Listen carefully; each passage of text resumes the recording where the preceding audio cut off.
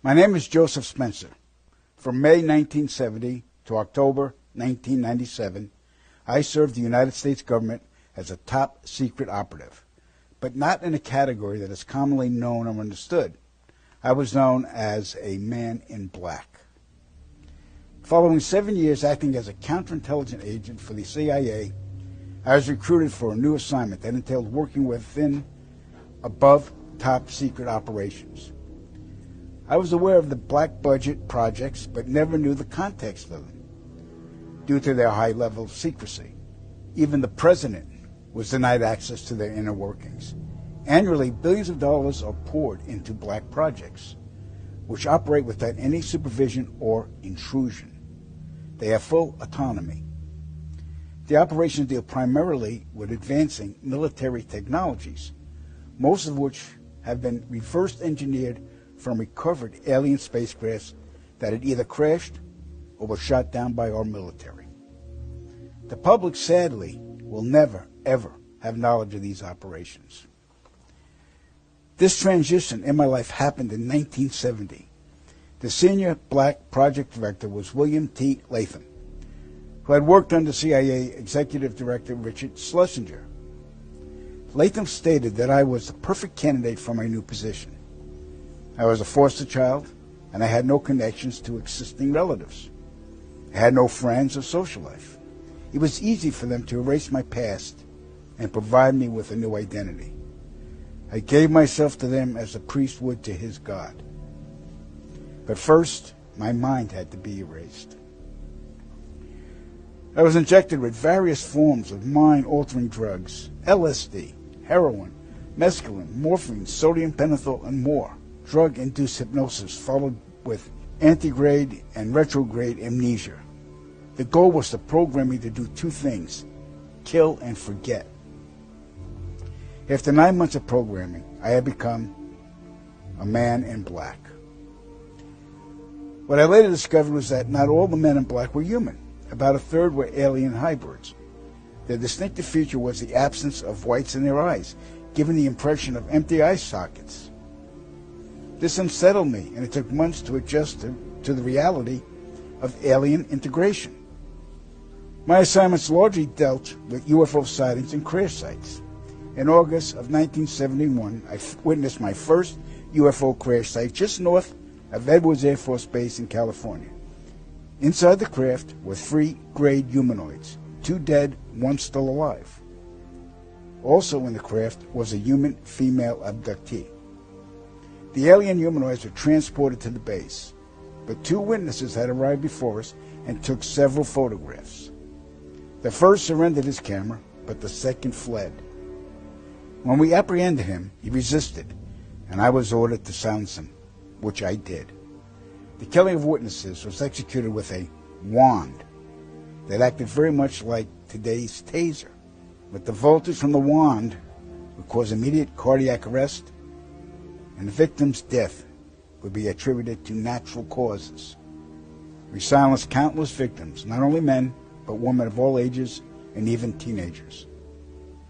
The following day, after each kill, our memories were reset, so we would have no recollection of the murders. A good majority of the victims were ufologists and whistleblowers. Among the ufologists I personally silenced were Paul William Cooper, Milton Vigay, Claude Monroe, Anthony Vargas, and noted documentarian Samantha Willis. When my wand malfunctioned with Samantha, I resorted to strangulation. She fought for her life for almost 2 minutes. In recalling this act, I stared into her pleading eyes for the entire duration with absolutely no remorse, guilt, or feelings. That was how effective the mind conditioning was. And it's her face that haunts my dreams more than anyone's to this day. So they stuffed out a documentarian. Yep. Well, that's not good to hear. Yeah. All right, we're going to move on. In 1954, Dwight Eisenhower signed what's known as the Granada Treaty with the alien gray race. In exchange for shared alien technologies, the Greys were allowed to abduct a number of humans annually for medical examination. The Greys also demanded anonymity from the public. A short time later, human technology took a giant leap forward with circuit chips, fiber optics, and lasers. The grounded treaty is still active today, but the number of human abductions has increased, despite objections from the world governments. Now, the really interesting part. Every year, at least 8 million children go missing in the world.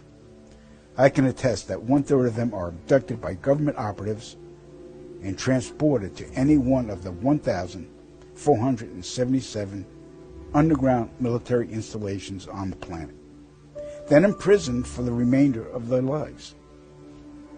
The children are subjected to biological and genetic experiments, dissections, and mutilations performed not by human scientists, but an alien Grey species. During my stay at the Vanguard Underground Base north of Phoenix, Arizona, I witnessed many of these procedures. Because there was no form of anesthesia administered to the young patients, the halls reverberated with the screams of tortured children from morning to night. The ones that perished were incinerated in the installation's crematoriums. My point of contact at this base was Lieutenant Colonel Charles T. Leninger, and he was a human-alien hybrid. And get ready for this. In 1994, the World Population Summit in Cairo, Egypt, had 160 nations participate, where they all agreed that the human population was out of control and must be stopped because the world is running out of resources. An agreement was formed that would mandate the reduction of humans from 6 billion to 800 million by the year 2030. This meant finding a method or methods to wipe out nearly 95% of the population. Solutions were discovered, investigated, tested, then created, and have been in full force since. The procedures have been inflicted onto the human race are as follows. 1. Toxic levels of chemically enhanced fluoride have been secretly added to our drinking water over the last 20 years in every city and community on the planet. I personally oversaw the delivery of fluoride barrels to Denver, Chicago, Tampa, and Minneapolis water departments. The adverse effects of fluoride poisoning to the human body are numerous and debilitating. The effects to children is damage to their neurological development, among other serious ailments. 2. Man-made viruses and diseases. The AIDS virus, which was a designer byproduct of the American Disease Institute, was distributed through vaccines to the public in 1980. Instituted as a preliminary population control tactic, the results were successful and led to more lab-produced viruses that have since been unleashed onto the public. Among those is the development of a mutated version of the common flu to replicate the 1918 influenza pandemic that killed 40 million people. The first strain of this new flu virus will be released to the public in late 2017. So if we see a flu outbreak in the late 2017 or early 2018 that's killing people, we'll know this is true. Right. 3. Killing us toxins, barium chloride, cancer microbes, and viruses by way of chemtrails, released into the skies daily over all inhabited regions by military aircrafts. The effects of these toxins are severe and over time lethal, causing respiratory ailments, cancer, damage to the immune systems, and sterilization in men. Since the chemtrail plan was implemented, sperm count in men has dropped nearly 50%. If this isn't reversed soon, the human race will face early extinction. Now the grand finale. This is some scary shit. In March 1997, an event known as the Phoenix Lights became the most infamous UFO sighting in history. A mile-wide vessel, clearly not man-made, flew slowly and silently over the state of Arizona and was witnessed by 10,000 people, including the governor of Arizona. To date, there has been no reasonable explanation. But for every witness interviewed, the craft was as real as anything they'd ever seen. Their lives were transformed. They now believe that we truly are not alone. However, there is another truth, for I know what they really saw. In 1986, while stationed at an underground installation near Boulder, Colorado, I was introduced to Project Skybeam by Lieutenant General Andrew Garris. I was then led down a corridor and into a large hangar where a stealth bomber hovered only 20 feet above me. I stood there confused. Then Garris looked over at me and smiled, then asked if I was certain of what I was seeing. I replied, of course. What else could it be? I was then shocked to find out that this wasn't a real craft. It was a projected hologram. Since the early 1950s, scientists have been developing holographic technology, and over the years improved it to a state that we can only imagine. As I stood there staring at the bomber, which looked so absolutely real and solid that I could reach up and touch it, I contemplated the possibilities. What if this projection was 1,000 feet up in the sky? How would anyone know that that was an illusion? The Phoenix Lights craft, witnessed by 10,000 people, was the first grand-scale skybeam test upon the public. It succeeded beyond expectations. In October 1938, Orson Welles unleashed his War of the Worlds radio broadcast to the American public.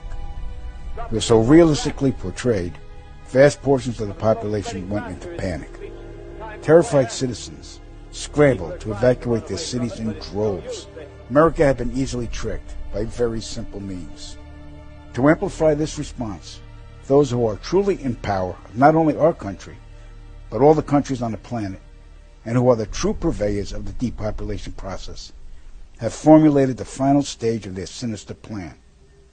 In the year 2024, a global event will alter the course of mankind's future. The world will stand witness to a massive alien invasion. Thousands of projected holographic alien warships will blanket the skies, sending people into a global panic. Real military crafts within the holograms will inflict actual damage to the surrounding areas to sell the gimmick. And as a result of the ensuing human chaos, a one-world government will immediately form without any resistance from the people. They will be the new world order. Once this happens, we as a people will be doomed to enslavement and accelerated depopulation.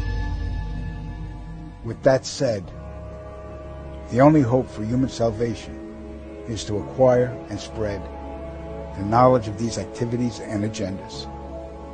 Resist, retaliate, then conquer this imposing enemy. The time is now, as humanity is rapidly approaching its final days.